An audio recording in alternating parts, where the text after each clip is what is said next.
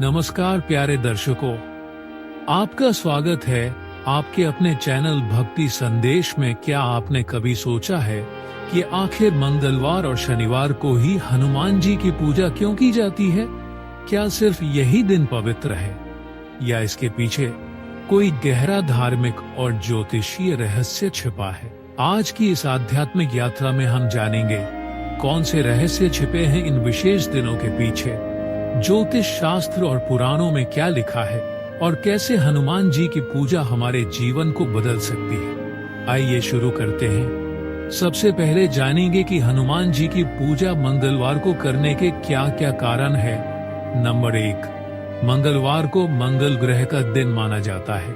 मंगल ग्रह ज्योतिष में शक्ति, उग्रता, क्रोध और साहस का प्रतिनिधित्व करता है। अगर ये ग्रह अशुभ हो तो व्यक्ति के जीवन में दुर्घटनाएं, गुस्सा, मानसिक तनाव और रक्त से जुड़ी बीमारियां हो सकती हैं। और हनुमान जी है संकट मोचक, इसलिए ऐसे में हनुमान जी की पूजा करने से मंगल दोष कम होता है, क्रोध शांत होता है, आत्मबल और साहस बढ़ता है। हनुमान जी को बजरंगबली कहा जाता है, यानी वज्र के समान बलशाली। उनकी उपासना मंगल ग्रह के उग्र प्रभाव को शांत कर देती है। नंबर 2, धार्मिक ग्रंथों में वर्णन कुछ ज्योतिषाचार्य बताते हैं कि स्कंद पुराण के अनुसार मंगलवार के दिन ही हनुमान जी का जन्म हुआ था। इसी वजह से यह दिन उनकी पूजा के लिए समर्पित है। इसके अलावा हनुमान जी को मंगल ग्रह का नियंत्रक माना जाता है, इसलिए भी मंगलवार को हनुमान जी की पूजा करने का विधान है। मान्यताओं के अनुसार कठोर नियम पूर्वक बजरंगबली की पूजा करने से वे जल्दी प्रसन्न हो जाते हैं और भक्तों की मनोकामनाएं पूर्ण करते हैं। अब हम जानेंगे कि शनिवार को हनुमान जी की पूजा क्यों करते हैं। शनिदेव और हनुमान जी का संबंध। धार्मिक ग्रंथों के अनुसार जब रावण ने शनि देव को बंदी बना लिया था, तब हनुमान जी ने लंका जाकर उन्हें मुक्त कराया। इस उपकार से प्रसन्न होकर शनिदेव ने वचन दिया कि जो व्यक्ति शनिवार को हनुमान जी की पूजा करेगा उसे मेरी धैया, साढ़े साती और दोष परेशान नहीं करेंगे। इसलिए शनिवार को हनुमान जी की पूजा करने से शनि के कुप्रभाव कम होते हैं, जीवन की बाधाएं और रुकावटें दूर होती हैं और व्यक्ति को स्थिरता और राहत मिलती है। उपरोक्त कारणों के अलावा श्री हनुमान जी की पूजा इन 2 दिनों में ही करने के अन्य कारण भी है, जिनमें ज्योतिषीय दृष्टिकोण एक मुख्य कारण है। ज्योतिष के अनुसार मंगल और शनि दोनों ही ग्रह जब अशुभ हों तो व्यक्ति के जीवन में मानसिक, शारीरिक और आर्थिक संकट आते हैं। और संकट मोचक कौन है? हमारे हनुमान जी। इसीलिए हनुमान जी की आराधना से ही इन दोनों ग्रहों के दुष्प्रभाव नष्ट हो जाते हैं। मंगलवार को पूजा करने से साहस और आत्मबल मिलता है। शनिवार को पूजा करने से कर्म सुधारते हैं और भाग्य का द्वार खुलता है।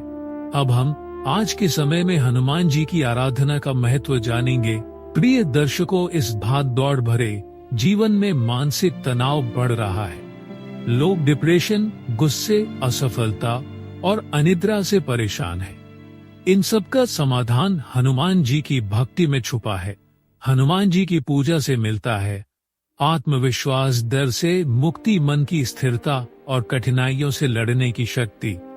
प्रिय दर्शकों, अब तक हमने जाना कि हनुमान जी की पूजा मंगलवार और शनिवार को ही क्यों करते हैं और पूजा का महत्व क्या है। अब हम जानेंगे कि पूजा करने की सबसे सरल विधि क्या है। मंगलवार और शनिवार को हमें हनुमान जी की पूजा करने के लिए जो कार्य करने चाहिए वो इस प्रकार है। नंबर 1, सुबह स्नान करके स्वच्छ लाल या केसरिया वस्त्र पहने। नंबर 2, एक चौकी पर लाल रंग का कपड़ा बिछाए और उस पर हनुमान जी की मूर्ति या तस्वीर स्थापित कर उसके सामने बैठ जाए। नंबर 3, एक दीपक जलाए। नंबर 4, हनुमान जी को सिंदूर, चमेली का तेल, माला, लाल फूल और प्रसाद चढ़ाए। नंबर 5, हनुमान चालीसा, बजरंग बाण या सुंदरकांड का पाठ करें। नंबर 6, हनुमान जी को बूंदी के लड्डू गुड़, चना और फल का भोग लगाए। नंबर 7, आरती करें। नंबर 8, हनुमान जी से निडरता और शक्ति की प्रार्थना करें। नंबर 9, प्रसाद का वितरण करें। इस प्रकार हनुमान जी की पूजा सच्चे मन और श्रद्धा से करना अत्यंत फलदायी माना जाता है। तो प्यारे दर्शकों, अब आप जान गए होंगे कि क्यों मंगलवार और शनिवार हनुमान जी की उपासना के लिए विशेष माने जाते हैं, और इन 2 दिनों में हनुमान जी की पूजा सच्चे मन और श्रद्धा से करने पर हमें अपार लाभ मिलता है और हमारा जीवन सफल हो जाता है। अगर आपको ये जानकारी रोचक और उपयोगी लगी हो तो कमेंट करके जरूर बताइए कि क्या आप भी इन दिनों हनुमान जी की पूजा करते हैं, और कमेंट में जय श्री राम लिखना न भूलें। इस चैनल को अभी सब्सक्राइब करें, वीडियो को लाइक करें और अपने दोस्तों और परिवार के साथ शेयर करें ताकि वे भी इस दिव्य ज्ञान का लाभ उठा सके। आपका बहुत बहुत धन्यवाद। जय श्री राम, जय बजरंगबली।